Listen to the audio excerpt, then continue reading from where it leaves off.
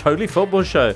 Today, counting down to a busy Boxing Day and beyond in the beautiful game. There's Cup of Nations with Mo Salah making a winning start and call him Air Carby, the Moroccan star scoring another stunner. There's Aston Villa and the 2 trips to the capital that may soon tell if we really have a 3-way title race. And there's Premier League Matchday 18. Man United without Bruno against Newcastle. Wolves not without a hope perhaps though at Anfield. Plus fun facts regarding Sean Dyche and James Milner for you to amaze friends and family with in awkward Yuletide moments. All that and more in this Totally Football Show. Hello there, it's December the 23rd, excitingly enough, with Art de Roché joining us. Hello, Art. Hello, good morning, thanks for having me. I've given your surname a bit too much there. No, it's fine. Duncan Alexander. You can't do much with that. We will also have the thoughts of Maher Mezahi, who's out in Morocco on the opening days of AFCON. That'll be a little bit later on. Also, Jacob Tanswell will be dialing in from the second city to discuss Aston Villa. Aston Villa, team of the moment. Although, as soon as we've discussed them being team of the moment, they will, of course, lose this weekend. That's how it works. Final games of this year, 2025, coming up. Are you pumped, Art? Pumped. I think once we get into them, I probably will be. No, you're not excited. Well, I think that's because I'm coming off of watching Arsenal away at Everton, which was a very dull game. My mum caught up on Match of the Day on the Sunday morning, and she didn't even realise Arsenal were going to be on. She was so excited by all the other games, Leeds Palace, Spurs, Liverpool, and then she just felt that the Arsenal game was a bit of a dull one at the end. So that's where I'm coming from. But I'm sure once it all kicks off, I'll be up for it. Right. Benji's uncle Jeff has long been part of the Totally Pantheon, but now Art's mum. The Art mum factor. I'm not sure if she caught Monday night's Fulham Forest effing forgettable fixture. Duncan, were you across that? I was across it, yeah. Yep. Yeah, why not? Bit of Monday night action. Yeah. I mean, obviously, Raul Jimenez, perfect penalty record. Is he the best penalty taker in Premier League history? He's up there. Wait, he's up there, but he's not the best, is he? Who's the best? Yaya Toure. Oh, okay. Well, so Matt Letizia did 23 in a row. Yeah, but he missed one. Mark Crossley saved it. Right. Cole Palmer equally has done 12 in a row, but he has also missed one. Yeah, if we're looking at players to have have a perfect record, then it's Jimenez and Toure. Okay. And there's very few players when they run up, or in Jimenez's case, amble up to take a penalty that you're pretty confident that they're going to do it. I mean, obviously Arsenal now have Gyökeres who takes a mean penalty. But that was about it really in that game. It wasn't a classic, but it was a big win for Fulham, second in a row, and there's a little gap opening now, isn't there? Obviously Forest, it's probably good for West Ham that Fulham won that game because West Ham are 5 points behind Forest now. So, all right. Speaking of perfect penalty records, did you know that Harry Kane in the Bundesliga has had 20 spot kicks? How many has he converted? 20. 20 of them, yes. Matchday 18 with Matchday 17 freshly finished at Fulham. Matchday 18 awaits. It begins on Boxing Day, just one Premier League game. That evening at 8 p.m, it's Manchester United against Newcastle. Newcastle, I thought, had a poor record at Old Trafford. They've actually won 5 of the last 6 meetings between the two sides. And, of course, Man United will have no Bruno Fernandes this time. Saturday, there's Nottingham Forest against Man City at lunchtime. City have won 7 games in a row in all competitions. At 3 o'clock, Arsenal, who by this point will quite possibly be in second place, will be hosting Brighton, who they beat there 2-0 in the Carabao Cup back in October. I think you were there, Art. Yes, so that was a heavily rotated Arsenal team. Okay. Ethan Mornieri started and scored early in the second half, and Miles Lewis-Skelly also started, a rare start for him. And I think going into this game, they'll probably be quite confident because Brighton aren't a team they usually have an easy time against, and to get a 2-0 win, I believe it was, with a rotated team, I think would maybe give them a bit of encouragement facing them. And also people don't remember last season Arsenal didn't beat Brighton in the league. Both 1-1, no? Yeah, both 1-1. So And that game was the one where Declan Rice got sent off later on for, a gentle nudge. on the free kick. But there's a lot of talk in Arsenal world at the moment of points versus what they did last season. So this is Uncle Jeff. Yeah, Uncle Jeff, very much. But so this is a chance to add 2 to that tally. Excellent. We'll get onto that game a little bit more in depth soon enough. But continuing with the Saturday fixtures, also at 3 o'clock, there's Liverpool against Wolves. West Ham taking on Fulham. West Ham in desperate need of points, of course. Brentford take on Bournemouth, who are 8 games without a win currently.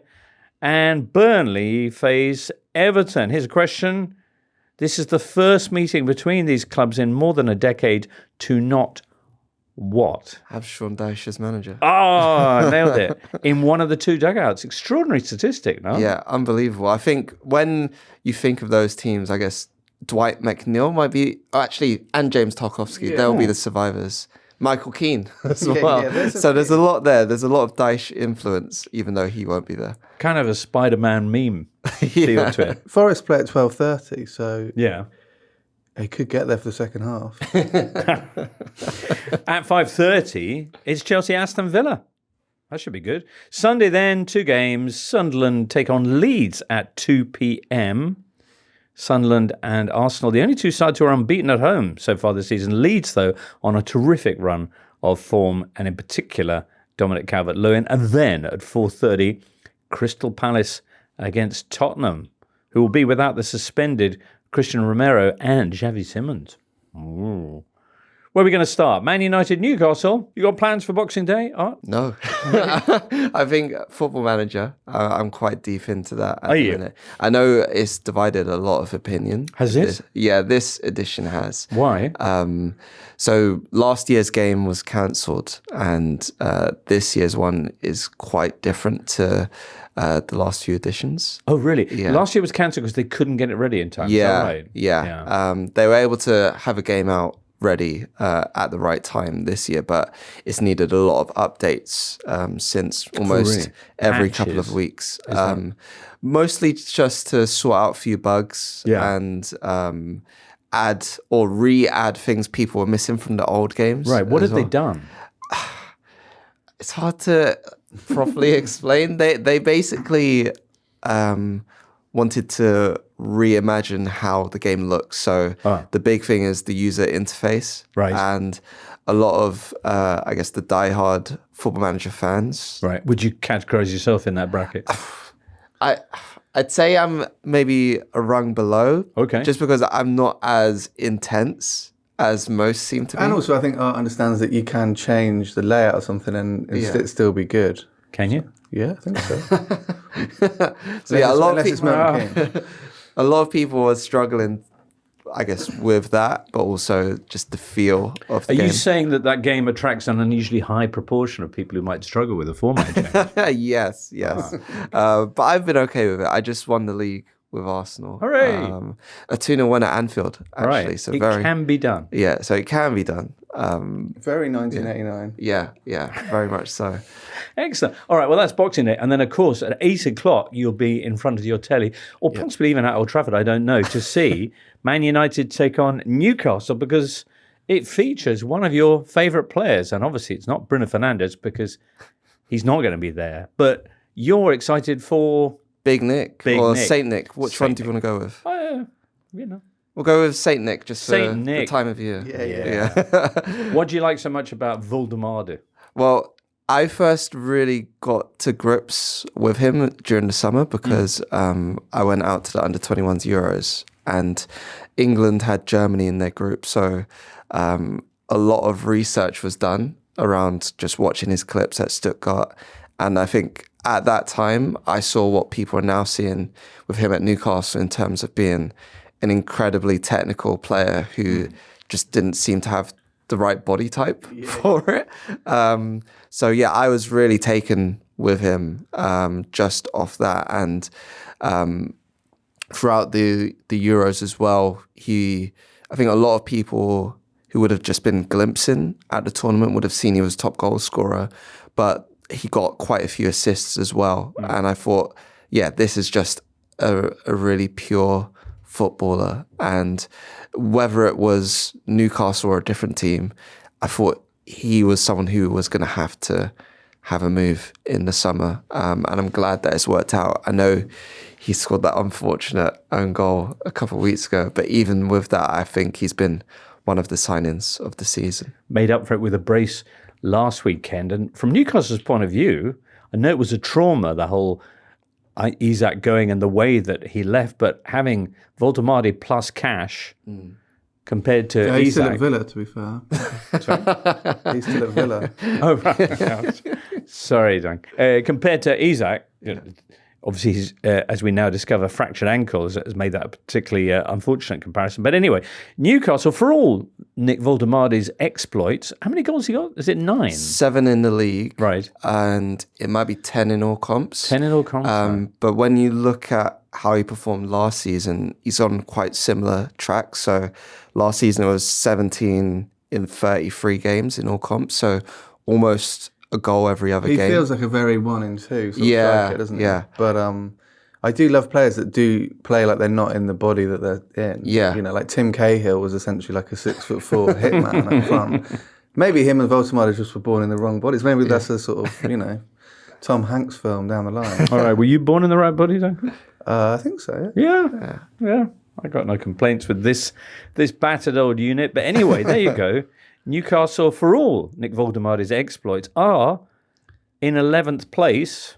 Although if they win this, they'll be level with Man United. And maybe in the conversation again for knocking on the door of the top 4. Their away form has not been the best, Newcastle. Only 2 wins in their last 11 away in all competitions.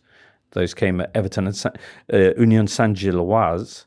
But they are facing a United team for whom Ruben Amorim's got a bit of a tactical conundrum. What are they going to do without their most ever-present player, Bruno Fernandes? Well, it would have been a really good time for Kobbie Mainoo to come in, but he's also ruled out. Casemiro will come back, which will help. But yeah, I mean, it's an interesting... There's some Manchester United fans who obviously think that Bruno Fernandes, as good as he is, and his numbers are incredible in terms of chance creation, that he does mean that they are very open in midfield and on transition, particularly against a team like Newcastle, who are, don't get to counter-attack perhaps as much as someone like Anthony Elanga would have liked them to, but, they can do that. And maybe this will make them a bit more shored up in the middle. Who comes in? Agate, maybe? It's very negative. Yeah. Because I was trying to rack my brain. Obviously, Mbeumo is away. Diallo is away. You could drop Mason Mount in there and, but maybe get Xerxes in somewhere. But it's come at a bad time given, we knew that United were going to be one of the most affected by AFCON teams. Yeah. Losing someone like Bruno Fernandes, who basically never gets injured, is, bad timing. I mean, in terms of good timing, it's good that the Premier League have given us at least one Boxing Day game to head off the ultra purists. And it's good that it is the team who've won the most on Boxing Day, Manchester United, against the team who've lost the most on Boxing Day, Newcastle. Is that right? Yeah. So there's not going to be a draw. We shall see.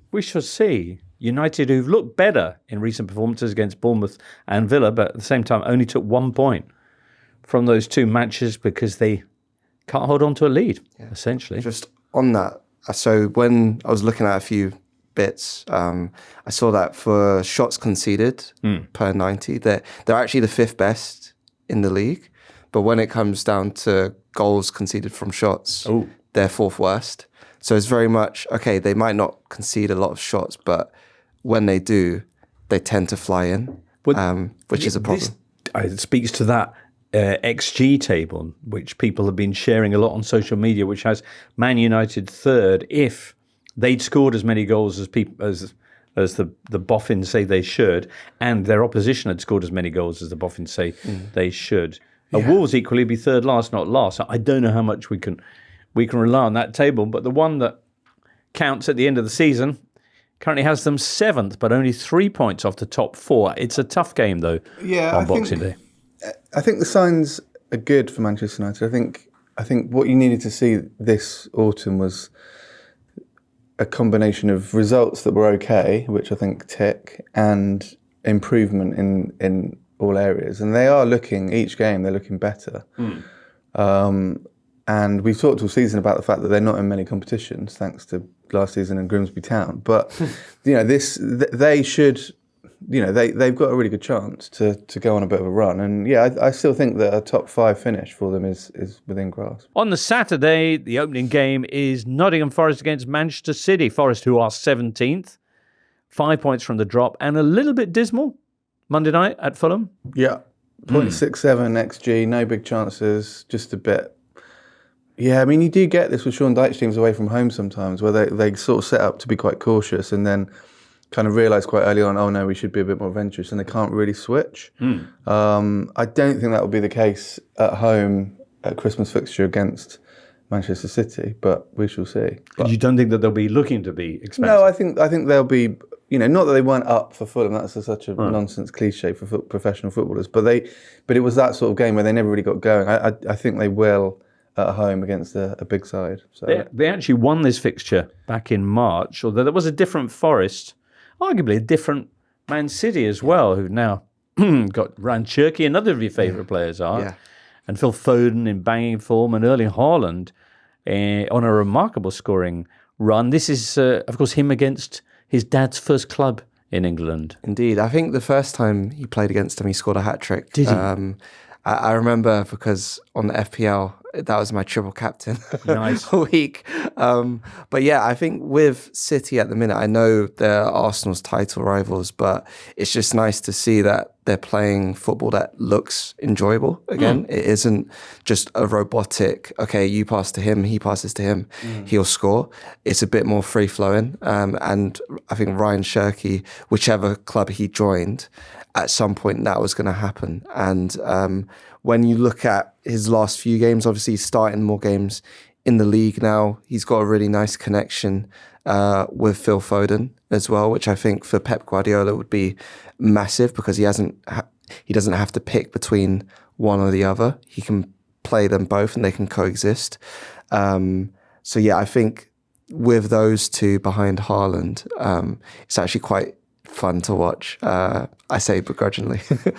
You're right. For a long time recently, City were quite they were incredible but very functional, and it was like you knew what you were going to get. This feels a bit more like they were in the early 2010s in their first couple of Premier League titles, where they're not perfect, but they are quite exciting, and it's good.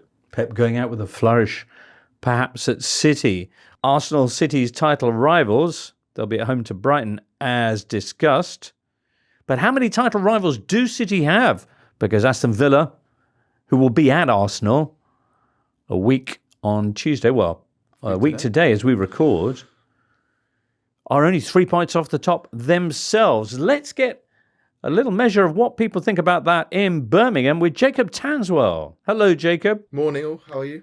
Very, very well, thanks. This Saturday at 5:30, Chelsea will be hosting Aston Villa. You're going to be there to see if Villa can make it 11 wins in a row in all competitions. Yes, it's quite remarkable, really, isn't it? Considering where Villa were at the start of the season, where all hope seemed lost. They couldn't score. They couldn't win. The summer was terrible, really, a nightmare. And now they've won 7 in the league in a row. First time they've done it since 1990. And yeah, they've just got this remarkable knack of winning all the time, which is a worlds away from the start of the season. Are we looking at a 3-way title chase? No, I don't think so. I Why think not? Even Villa fans don't say that. I even said at the start of the season, I think if Villa got into Europe, whether that's European League or Conference League, that would maybe Emery's best achievement at Aston Villa because of all the adversity he'd faced in the summer. So the fact that they're nestled in that top 4 at the moment is incredible. So yeah, I think right now they're definitely Champions League contenders, but they probably haven't got enough to mount a real title charge. Okay, and partly that would be because of that limited summer transfer window. Is there any sign that the club is maybe going to try and make up for that, or has the potential to make up for that in January, given what an extraordinary run of form they put together? Yeah, they're always in a difficult spot, really, because they're still wrestling with all these financial sanctions. But at the same time, they want to placate and please Emery however much they can. Of course, he's got the keys to the city and they'll give him as much as they can. But again, they're very limited in what they can do in January. What they will try is they'll try and sign a striker. That's one of the priorities. And really, James, it's quite incredible that they are third, because Ollie Watkins has got 3 goals all season and he's really struggling. So the fact that they're able to do what they have been without their key striker or key source of goal scoring is incredible. But they'll try and please Emery as they can. They know they need more in order to really sustain their top 4 credentials. Okay, is there any name that you've seen circulating? Well, they're going to sign Brazilian winger Alisson. He could add pace, and they haven't actually got a right winger, so he's someone that could potentially help that.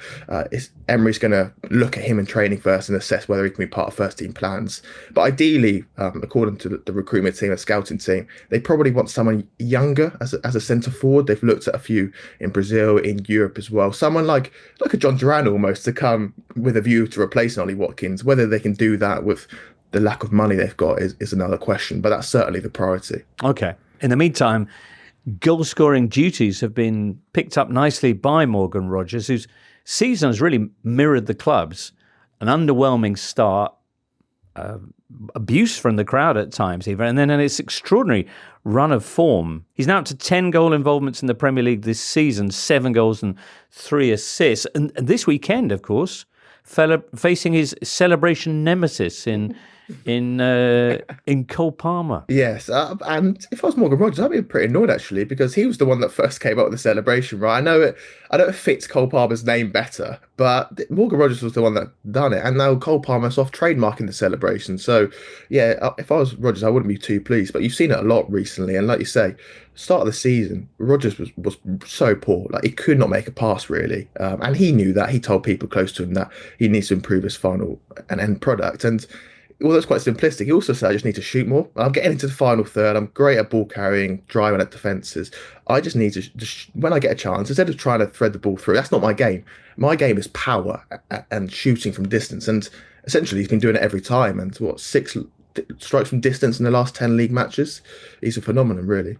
Has Emery done anything to unlock that potential? It's interesting because you mentioned the abuse and criticism he was receiving, and he was asked so many times about this, and Emery was constantly kept saying, it'll come, the goals will come. He's doing what I want from him. He's doing his tasks in terms of he's standing in the right position in between the lines, in passing lanes to get the ball. He's pressing well. He's doing everything I want. I know he's too good a player not to then start working things out himself, but also hitting form. What he has been doing and what his coaching staff have been doing is, after training, they've been taking him aside and really working on different techniques in terms of, you see now he's shooting a lot more with his laces. I know laces is quite a rudimentary thing, but the type of power and when to use his laces. If you look at last season, a lot of his shots were whipped efforts, and he lost his accuracy, lost his power.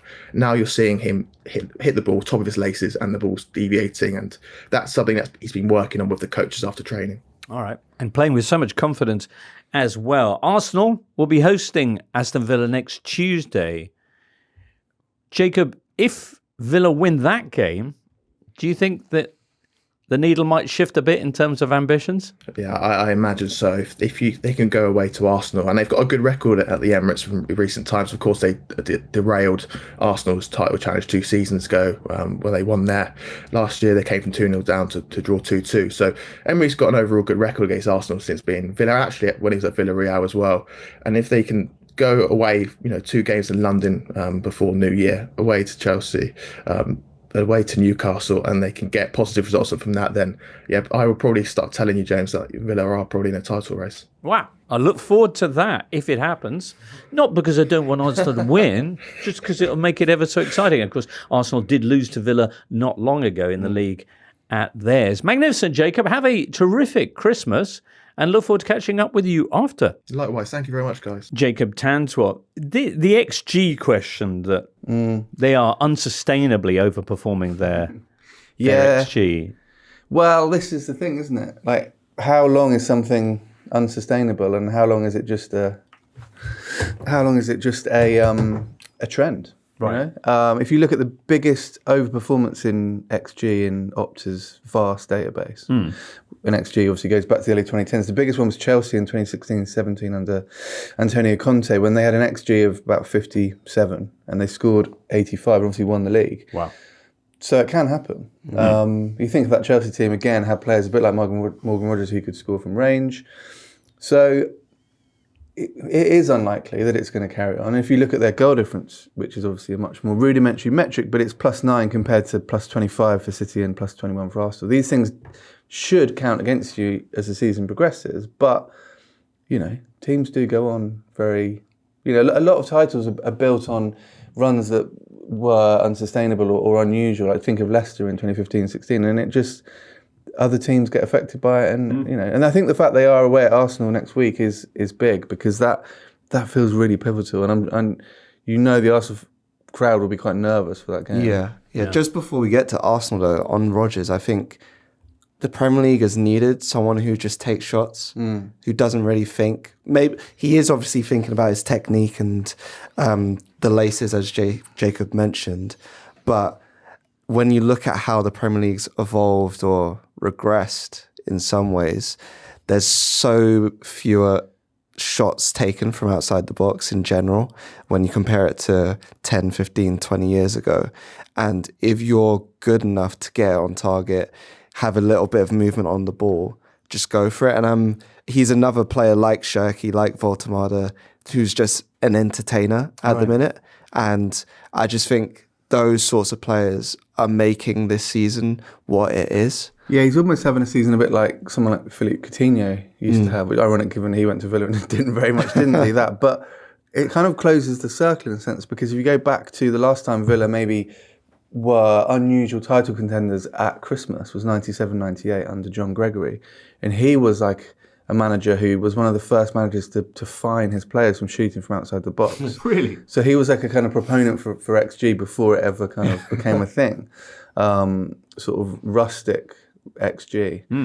So yeah, I think it's just good. It's good for the title race. It's good for the Premier League, and it kind of increases the number of must-watch games. A Villa title push, an exciting prospect. Of course, if they were to lose this weekend against Chelsea, that might put a different perspective on things. There have been some standout clashes between these two clubs over the years, one of which we mentioned in our upcoming Totally Extra, Duncan, which we took the liberty of recording last week.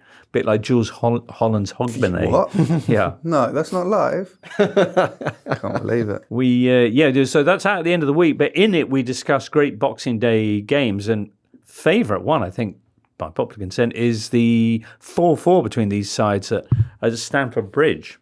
Back in 2007. There's also, on the 23rd, the day we're recording, there's an 8-0 victory for Chelsea against Villa at Stamford Bridge. That was back in 2012. Woof. If we're talking Villa history, I said 97-98 for when they were in the title race. It was actually 98-99. Was it? Yeah, but right.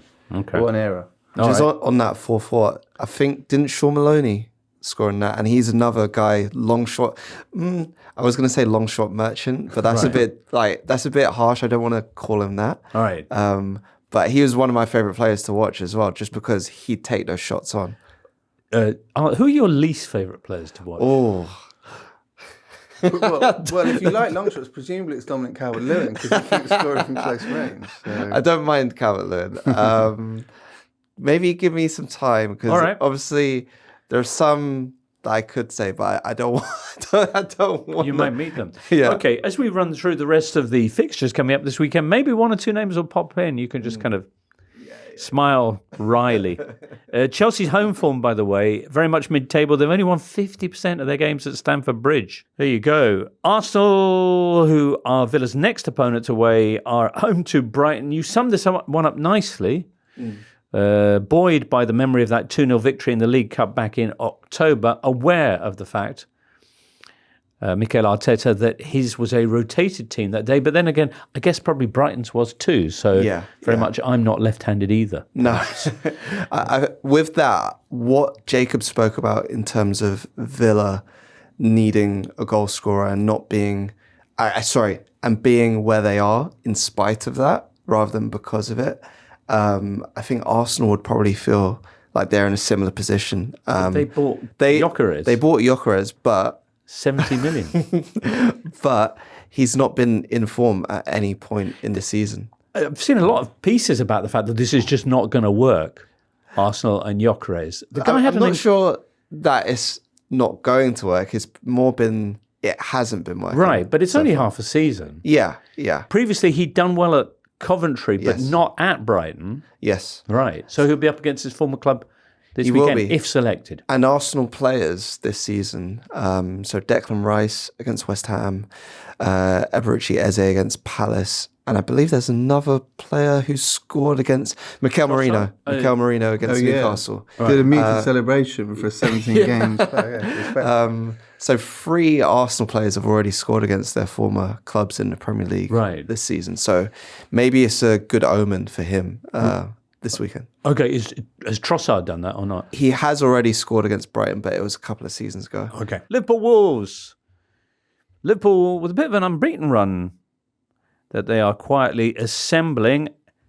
Every chance they'll add to it with this fixture at home to Wolves. They've actually won 16 of their last 17 Premier League meetings between the sides. Dominic Szoboszlai is suspended, which is not a bad game to be suspended for. Although they are getting a little bit thin. Liverpool, Isak is facing, we now hear, several months on the sidelines with that ankle fracture. Mo Salah is away at the African Cup of Nations with Egypt. We'll be hearing about what he got up to on Monday very shortly. Cody Gakpo is also out injured. But they have got Hugo Ekitike with 5 goals in 3 matches. Does this one look a little bit cut and dried, Liverpool Wolves? Well, as the last remaining Wolves might stay up advocate in maybe on the planet. You're not only a Wolves might stay up, but you've got them to beat Derby County's points tally. I think you'd have to do that. One would lead to the other. I almost messaged you after their performance at home to Brentford. Well, as I said last week, it felt like that was a game they needed to win. Right. But, they're still only 3 wins behind Derby's total. So, and they did play well at Arsenal. Right.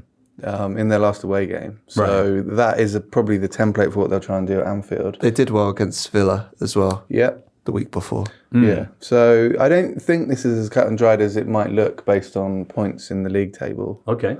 But I still expect Liverpool to win. Okay. Points in the league table currently reading 2 for Wolves. We shall see if that changes. Now, Sunday at 2 o'clock, Sunderland are hosting Leeds in what will be the 2 teams' first Premier League meeting since Boxing Day 2002. Why was it a momentous day when Sunderland and Leeds met on Boxing Day 2002, Duncan? Someone who used to play in the Premier League called James Milner. Oh, no, wait, he still does. He scored his first goal and he was at that point the youngest scorer in Premier League history. Incredible. 16 years of age. I watched the fuzzy old footage, but you can't really see. He gets buried amongst his teammates straight after the goal. Did he look more or less identical? Almost, the same. Incredible. What a player. I mean, we've got a piece coming out at some point over Christmas, sort of best stats of the year, and I looked at penalties. There's been over 3,000 penalties in the Premier League all time. All time? In all games. Yeah. And Milner's been in those games where there's been a penalty nearly 6% of the time. Oh, stop. That's not possible. If any game in Premier League history where there's a penalty, there's a 6% chance James Milner's just knocking around. Wow. So he's a phenomenon. That is extraordinary. Obviously, he turns 40 in first week of January. Does he? That unlocks a few. There's not many players that have done stuff in their 40s. Teddy Sheringham obviously did. But he's just, a kind of bizarrely permanent fixture. Sunderland Leeds, very much not a permanent fixture, as we say. This is the first time in over 20 years that it's occurred in the Premier League. It comes around this time with Sunderland, along with Arsenal, one of 2 unbeaten teams at home in the league this season. Leeds, though, arriving with no defeats in their last 4, and Dominic Calvert-Lewin looking to score for the 6th game in a row, presumably from somewhere dead either on or between the penalty spot and the centre of the goal. Yeah, everyone's seen the shot map. Our colleague Tom Harris wrote about it. It's out on The Athletic today. It is like one of those funny, bizarre things that happens in football from time to time. But it does kind of speak to the sort of player Calvert-Lewin is. And I think it's really good to see him bounce back like this. I mean, he's probably when fit, which has obviously been his major issue over the last few years, but there's not many players better in football at sort of holding the ball up and leading the line in that sort of classic number 9 role. And I think he was doing that from the get-go at Leeds, but he wasn't scoring straight away. Well, but now he is. A lot of people point to the change that they had on 29th of November when they were 2-0 down at Man City, and it looked like the jig might be up for Daniel Farke, and he makes this big switch to playing 2 up front. And Calvert-Lewin certainly says that he's preferred it. The quotes on Sky Sports after the brace against Palace, "I enjoy having bodies around me," he said. "It can be a lonely role up there on your own. With bodies around you, you can link play, and that's why I've had success recently." But it is a remarkable turnaround. 12 goals in 3 seasons after that brilliant early career form. Yeah, I remember Arsenal were actually heavily linked with him around the time when they bought Gabriel Jesus. So 2021, 2022, he was one of the main options because he brought something different. He was able to hold the ball up well and be a threat but in have the box. touch as well. And have the touch. And I think when you look at what you just spoke about there in terms of having bodies around him and playing with another striker off him, I've actually been waiting for a Premier League team to do that. I thought Chelsea could this season when they bought Delap and João Pedro. I was quite excited for just a combination of 2 strikers for once because it's been so long since we've seen it. So I'm really glad that a manager's been bold enough to kind of go against the trend of just using one striker and wingers and have someone play off each other. It's heartbreaking that you were born when you were born. You really should have been here for the 90s. I mean, should have been. Seeing a big man and then a little man feeding off scraps. I mean, feeding off scraps is very much the vibe of Christmas. So it would be. I would tune in to watch this game for sure. Yeah. I mean, I would if Calvert-Lewin continues like this for the rest of the season. It's a big if, but I mean, I would take him to the World Cup. You would, Duncan? Yeah, definitely. I mean, what an option. On the 2 striker thing. Oh, yeah. That actually helped me win the Champions League on Football Manager. There you go. Yeah. There you go. There you go. That's Sunderland Leeds. That's at 2:00 on Sunday. And that's followed at 4:30 that day by Crystal Palace against Tottenham. Palace, who beat Spurs home and away last season. And this Tottenham team will be without both Christian Romero and Xavi Simons after last weekend's red card fest. Palace stretched quite thin, though, by their unusually large number of fixtures of late, one of which is coming this evening, in fact, as we record, Tuesday to you, listener, when they take on Arsenal in the Carabao Cup quarterfinals. I wonder how they'll set up for that, whether they'll go full changes. I know in the Conference League last week, they gave out a few debuts, so I wonder if some of those players will feature again. We'll find out Sunday afternoon. Other games this weekend are West Ham Fulham. West Ham without a win in 6 matches now, though this is possibly the start of a run of fixtures that they might have highlighted on their calendar. They got Fulham and Brighton at home, Wolves away, Forest at home. So for a team looking to break out of the bottom 3, this might be the time to start putting some points together. Burnley against Everton is, for the first time in over 10 years, a fixture that is orphan of Sean Dyche. And then you got Brentford against Bournemouth on 3:00 on Saturdays. On Saturday, rather, just this one. Is there any reason, is there any easily explainable reason why Bournemouth went on a run where they didn't lose in 8 games and have now immediately replaced that with a run where they don't win in 8 games? I'm not sure, but when I've thought about them recently, and my mind's gone back to last season, they started last season incredibly well, and then kind of just dropped off. Which was the season when they started really, really badly? Was that the one before? Yeah, that was when Ireola came in, and 10 wasn't games. it? They played Burnley, and the talk was if they hadn't won that, they would have he would have gone, and then they stuck with him. And I think Bournemouth are very much an example of the weird fluctuations in football. I think they win early in the season. They were winning games that maybe they shouldn't have done. And now they're losing games or drawing games that they probably should win. But, at least no one took them to be in the title race. Well, AFCON got underway on Sunday, and enjoying the action there in Morocco, Maher Mezahi, who joins us now. Maher, how are you? Hi, Jimbo. I'm good. How are you? Excellent. The Cup of Nations got underway Sunday night. So far, we've had 4 matches at the time of recording, featuring 3 of the tournament favourites, Morocco, South Africa, and Egypt, who on Monday night had a dramatic game against Zimbabwe. A very good night for Mo Salah. Yeah. This African Cup of Nations is coming at an opportune time for Salah. Obviously, things were not going so well at Liverpool. He was, as everybody knows, benched for 3 consecutive matches. He comes out and he says, somebody at the club is trying to throw me under the bus, or at least that's how he feels. And now he gets away from all of that, if I can say toxicity, and he's back with his national team where everybody does cater to him. Not necessarily the case under Arne Slot at Liverpool. And everybody needs him to perform well because that's the only way they're going to win this African Cup of Nations. I think he's fully aware that he's 33 years old and this is probably the last AFCON that he's going to be at his physical peak. And he also is fully aware of the fact that he's succeeding a generation of players that won 3 on the trot. And so to fully complete his legacy at home, he's going to have to win one. And this is his opportunity. Okay. Didn't look like it was going to get off to a good start when Zimbabwe, ranked 129th in the world, actually took the lead through Prince Dube. Very good player, actually. Plays for Young Africans in Tanzania. Has been killing lumbering, slow defenders. He did it in the CAF Champions League on the first match day. This time around, if I could say, a slightly Bergkamp-like turn when he took the ball and finished past Al Ahly goalkeeper Mohamed Chinawi. But it didn't start well because actually, it started very well for Egypt. In the first 15 minutes, they could have scored 1 or 2 goals easily, and they should have. They were just a bit wasteful in front of goal.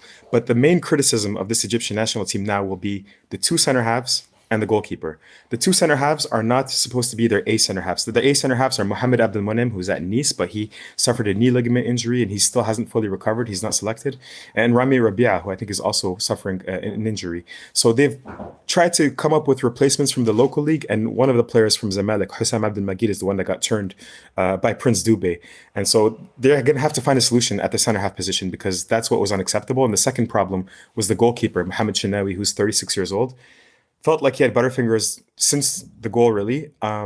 But they have a solution there, and that's his goalkeeper, his backup goalkeeper at the club and with the national team, Oufa Chouber, son of legendary Egyptian goalkeeper Ahmed Chouber. So I think there's going to be some changes in the back for Egypt, and if they do that, then they should be fine. Okay, well, they got through this game all right. Omar Marmoush equalising with a lovely goal midway through the second half. And then, in the 91st minute, with the scoreline still tied, it was Mo Salah.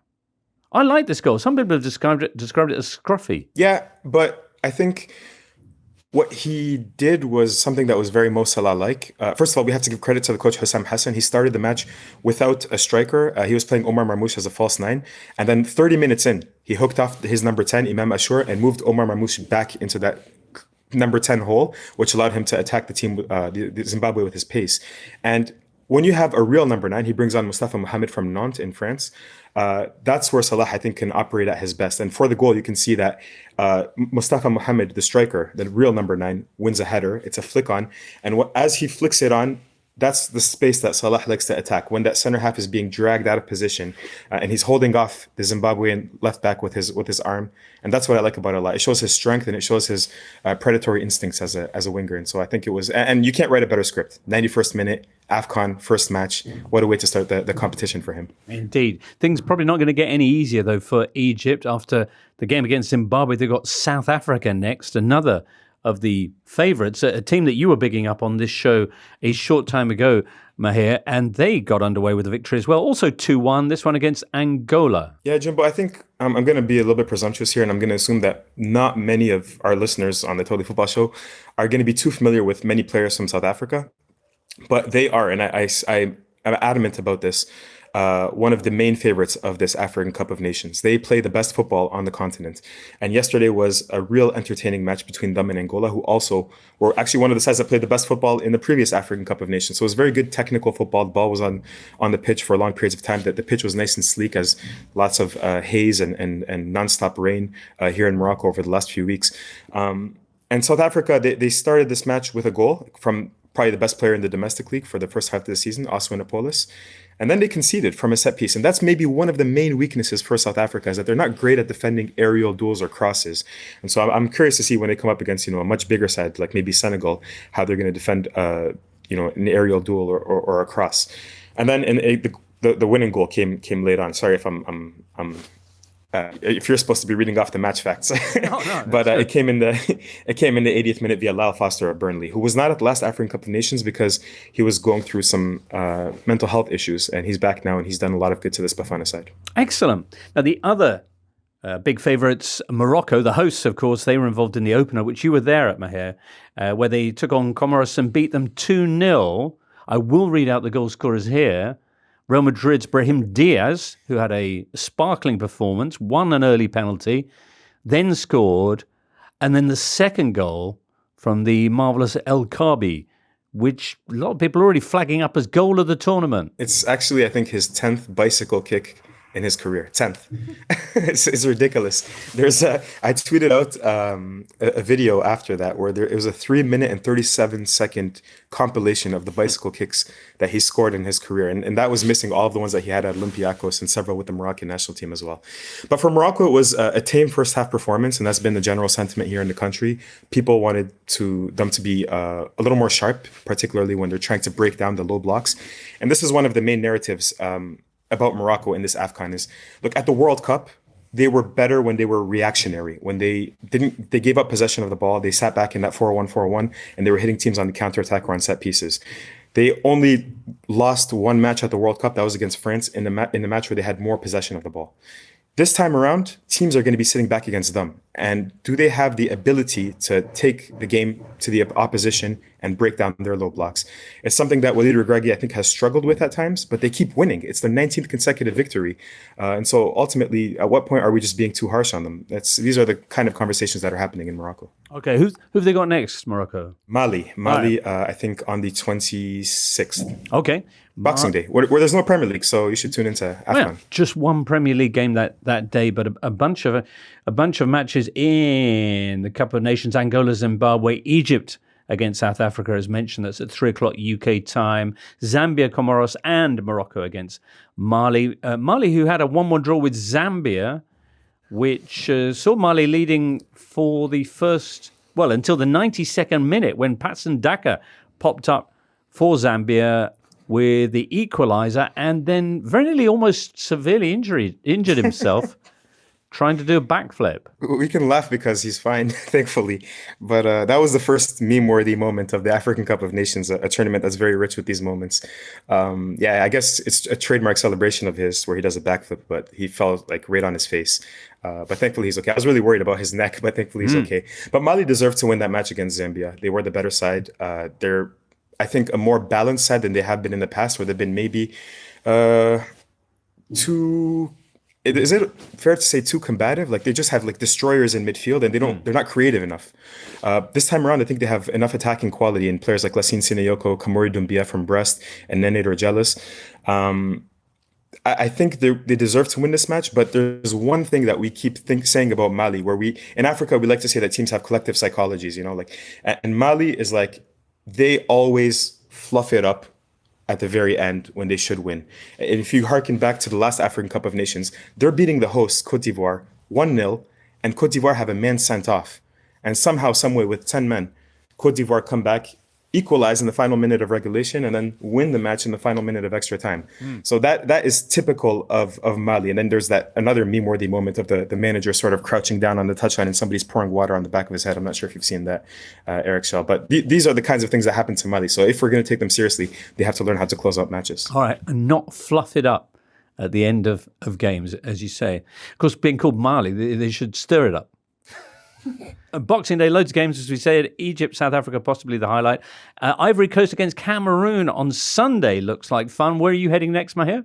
Today I have Benin, DRC, 1:30 Moroccan time, and then I have Tunisia, Uganda at 9 p.m. And tomorrow my country plays Algeria versus Sudan. So those are my next trips before Boxing Day for Egypt, South Africa, and Agadir. Oh, very, very nice. Enjoy all of that. Have a happy Christmas, and we will catch up with you afterwards. Very happy to be on the Totally Football Show for our third AFCON. Thanks for having me on again. Lovely report there from Maher, and lovely that there's all that AFCON action on Boxing Day, along with the other treats from other leagues that are not called Premier League. Very good. Duncan, what are you going to do on Boxing Day? I will be working on Boxing Day. Are you going to be here? Yeah. Well, I won't be here. Oh. But I will be working. But, Right. you know, it's going to be involving a lot of football. So Yep. is that a bad thing? Is it work? not. Question mark, question mark. Well, yeah. Wow. All right. Looking forward to reading that piece about the stats of the season, of the year. When's that out? 30th, I think. On the 30th. Yeah. Art, look forward to seeing how you get on with Championship Manager on Boxing Day. And also, you've got a big piece coming up on Arsenal and education. Yes, so that's with the Premier League as well. So got some nice voices to kind of help bring that to life, and hopefully it adds a bit more context to what goes on with kind of boys in Premier League academies around the ages of 15 to 18, so GCSE and A-level kind of age groups. Excellent. Okay. We've also got a totally extra with you on Saturday, as I mentioned earlier, on talking about Christmas. Woo! So do join us for that. We will then be back with Totally Football Show on Monday morning. It'll be with you, I guess, sometime Monday afternoon, reviewing all the action on Boxing Day, Saturday and Sunday. For now, though, that's it for today's show. So many thanks to Maher, to Jacob earlier on, to Art, Duncan, Jake and Charlie in the booth, and you listener. Have a very, very super 25th of December and adjacent days, and we'll see you soon. The Totally Football Show podcast is available 3 times a week, bringing you all the football news you could reasonably be expected to care about. We've got views, we've got stats, we've got analysis, we've got some of the best football writers around, and the whole thing is absolutely free. So have a listen on Spotify or Apple Podcasts or all the usual places by clicking on the link below.